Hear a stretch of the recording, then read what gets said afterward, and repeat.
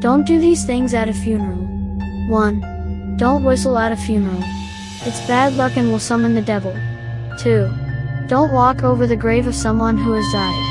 It's disrespectful and you'll anger the dead person's spirit. 3. Don't wear green to a funeral. It's considered bad taste because it's the color of death. 4. Don't stand near the casket when it's being lowered into the ground. You'll be cursed and your life will end prematurely. 5. Don't open an umbrella inside the funeral home. It's bad luck and will bring misfortune to the family of the deceased. 6. Don't leave the funeral before the casket is lowered into the ground. It's bad luck and you'll be cursed.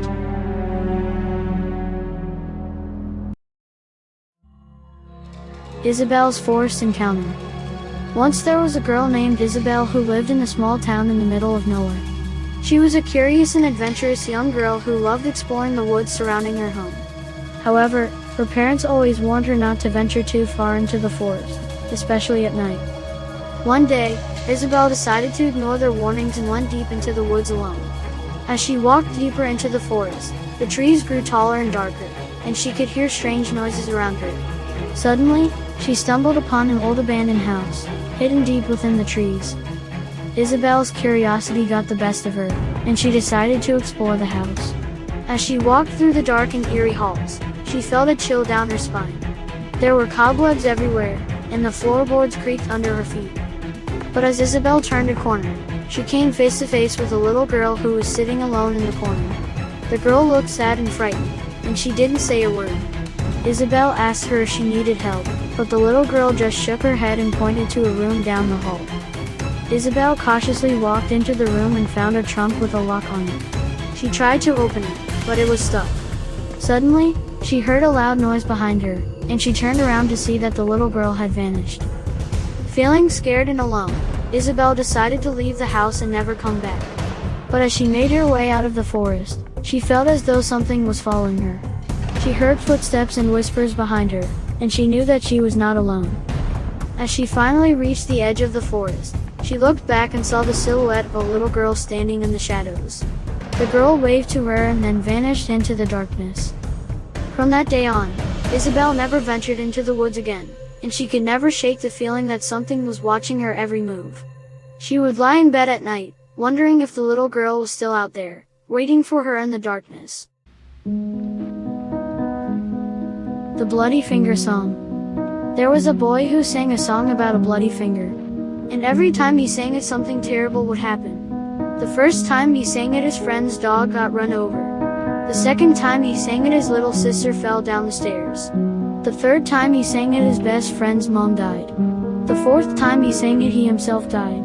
And no one ever figured out why.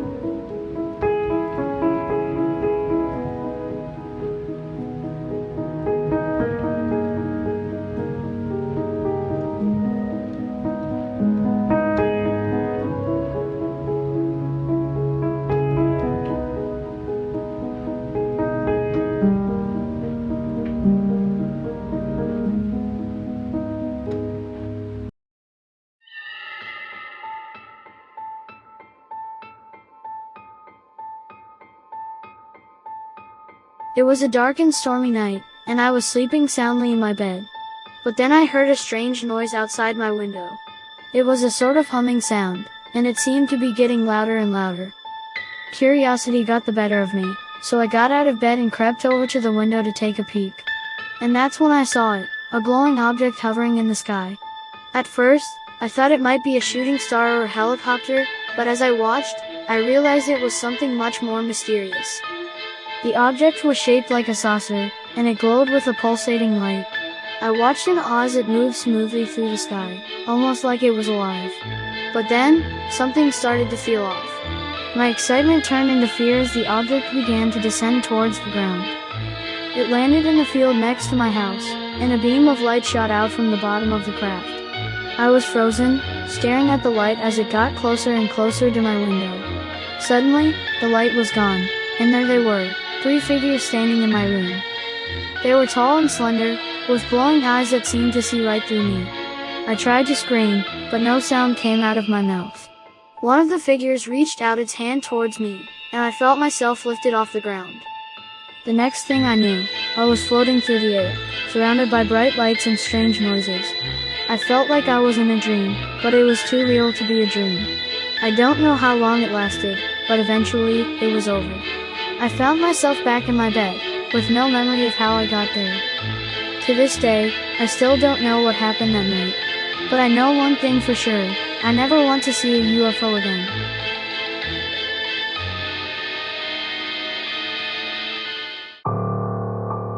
Don't watch this video. It was 3 AM and I was scrolling through Reddit's No Sleep subreddit. Bored out of my mind, I clicked on a story called, "Don't Watch This Video," which linked to YouTube. Intrigued by the title, I decided to watch it. As I watched, I grew increasingly uneasy. The story was about a cursed tale circulating the internet. The characters were relatable, and their lives seemed eerily similar to my own.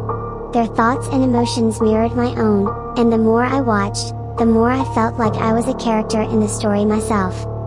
As I watched more, I began to feel like someone was watching me.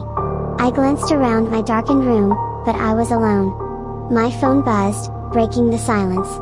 It was a message from my best friend, who I hadn't heard from in weeks. The text read, "Hey, you awake?" I didn't want to reply, but I felt compelled to. I typed out a short response and hit send, then returned to the video. As I reached the climax of the video, I felt a sense of dread building in the pit of my stomach. The protagonist was unraveling, struggling to keep up with her life as the nightmares and hauntings grew stronger. I knew something bad was going to happen. Then, she figured out how to break the curse, by tricking someone else into watching the video. It was only then that I realized what was happening. The video had sucked me in, and now I was trapped. My phone buzzed again. It was my best friend once more, apologizing. I suddenly understood why I hadn't heard from her in weeks. She had watched the cursed video, and all of the similarities and clues were meant to lead me to the same fate. I was trapped, and there was no way out. Now, it's too late for you too. I warned you not to watch this video.